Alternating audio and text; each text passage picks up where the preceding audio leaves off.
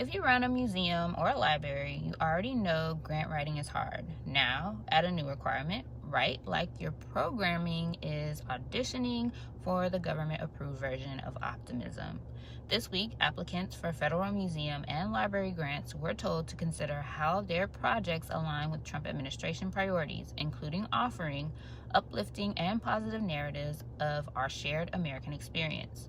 That language appeared in a cover letter tied to funding opportunities through the Institute of Museum and Library Services, IMLS, an agency created to distribute grants in a way that is supposed to be professional and nonpartisan. Here's why everyday people should care.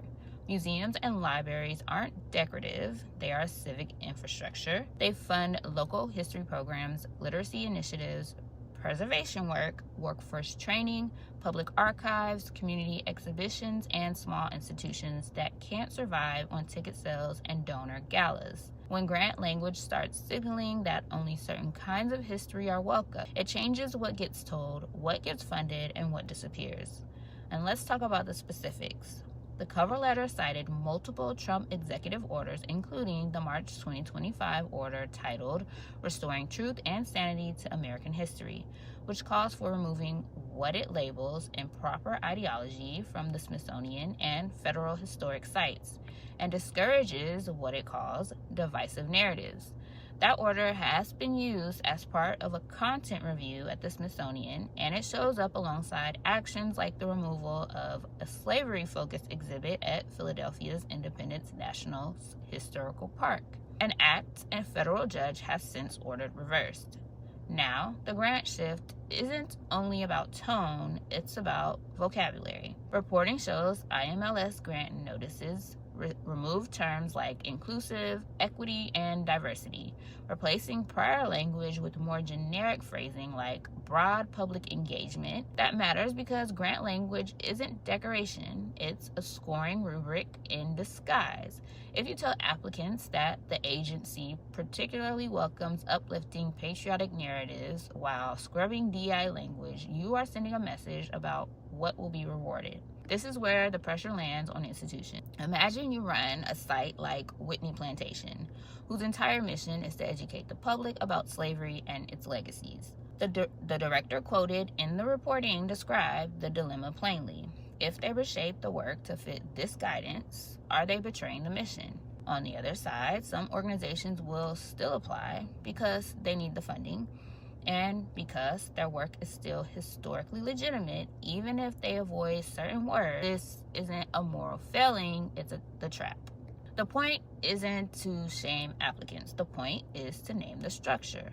A federal grant program is being aligned explicitly with the presidential narrative. This is political conditioning, using money as the lever, and it fits a broader pattern. The administration has attempted to reshape or defund federal cultural agencies.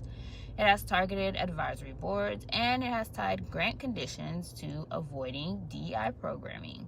IMLS leadership has also signaled it intends to move in lockstep with the administration and restore focus on patriotism. Now, let's deal with the framing that will be used to defend this.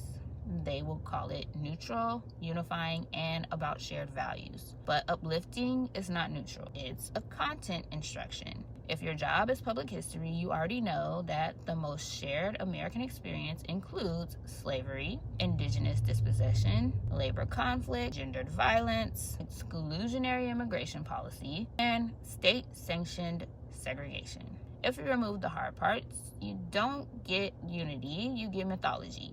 And mythology is cheap, history isn't. Here is what I want viewers to walk away with.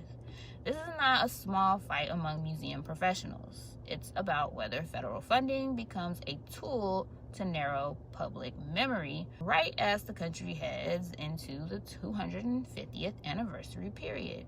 When you pressure institutions to tell only positive versions of history, you aren't protecting the public. You are protecting power from accountability. And for people who say, why should I care? I don't go to museums because this does not stop at museums. When government starts conditioning grants on ideological comfort, it does it anywhere it funds education, research, public service and media.